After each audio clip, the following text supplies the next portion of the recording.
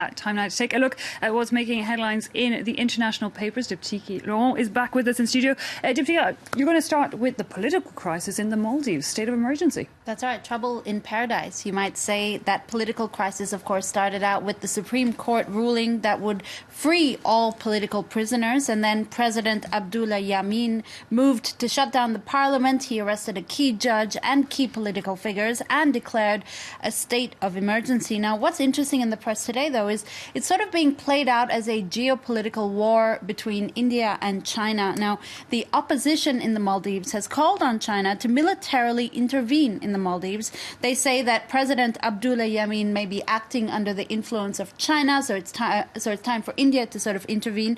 The island is crucial to both countries. It's crucial to China because China has signed a host of free trade agreements with the Maldives. Now, for India, there are also strong ties to the Maldives because they share a past, a British colonial past. There are ethnic, linguistic, religious similarities. So there is this feeling that the crisis now might be the time for India to finally sort of reimpose itself in the political situation there.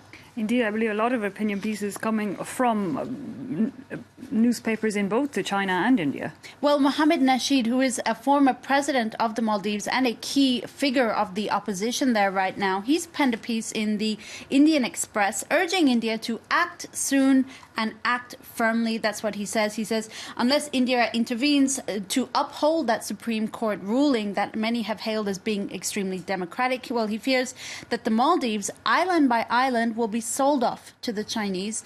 Now, on the other hand, you have the Global Times, the editors of that paper, they're a pro-government Chinese paper, argue that, well, India has always manipulated the Maldives, just like it tries to manipulate the rest of South Asia.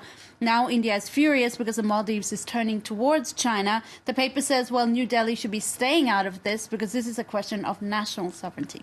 Okay, well, let's stay in Asia. And of course, the Winter Games begin in Pyeongchang in a couple of days' time. And even for people not interested in sports whatsoever, we are giving it a lot of attention and looking at what kind of benefit it might bring on the political playing field.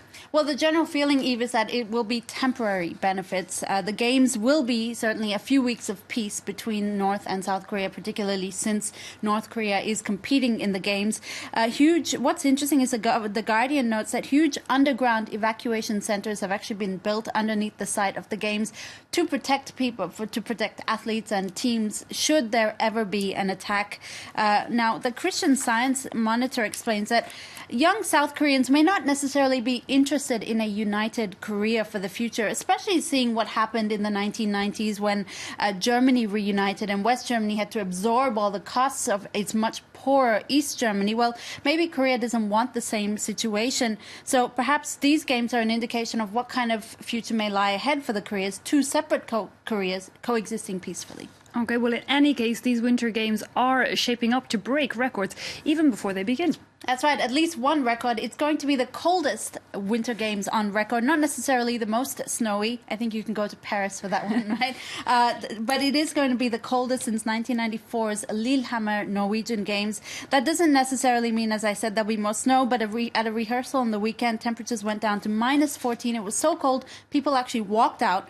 It's a stark contrast to the Sochi Games in Russia 4 years ago when ski jumpers landed in puddles of water rather than snow. Yeah, I'm not sure which is actually better for them. But let's head to the UK now, where researchers at the National History Museum have made some interesting discoveries made about the first modern Briton.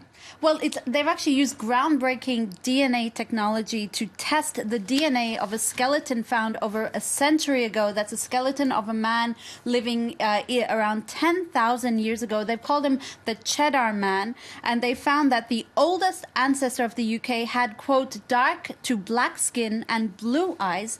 It's believed that Cheddar Man belonged to the Mesolithic era individuals coming from Spain, Hungary, and Luxembourg. In any case, it's going to be a slap in the face to those who say Britain is a white country. What a very odd name, Cheddar Man. Inexplicably cannot explain that. Well, finally then, staying in the UK, Scottish police have been left somewhat red-faced after attending to a call over the weekend. That's right, not just any call. A local farmer in Peterhead called the cops this weekend because he saw a tiger on his property. So obviously, officers took this threat very, very seriously. They dispatched several vehicles. They sent an armed response team. They contacted the local wildlife park to see if a tiger had gone missing. Well, it turned out after a 45-minute standoff that this was indeed a tiger, but a stuffed toy tiger. Police did emphasize that the farmer was genuine in his concern, and they sort of took the occasion to make fun of themselves, admitting they had, quote, a roaring time. Well, in their defence, we have had a number of wild animals on the loose in Paris That's in right. recent weeks amongst. Thanks a lot for that press review.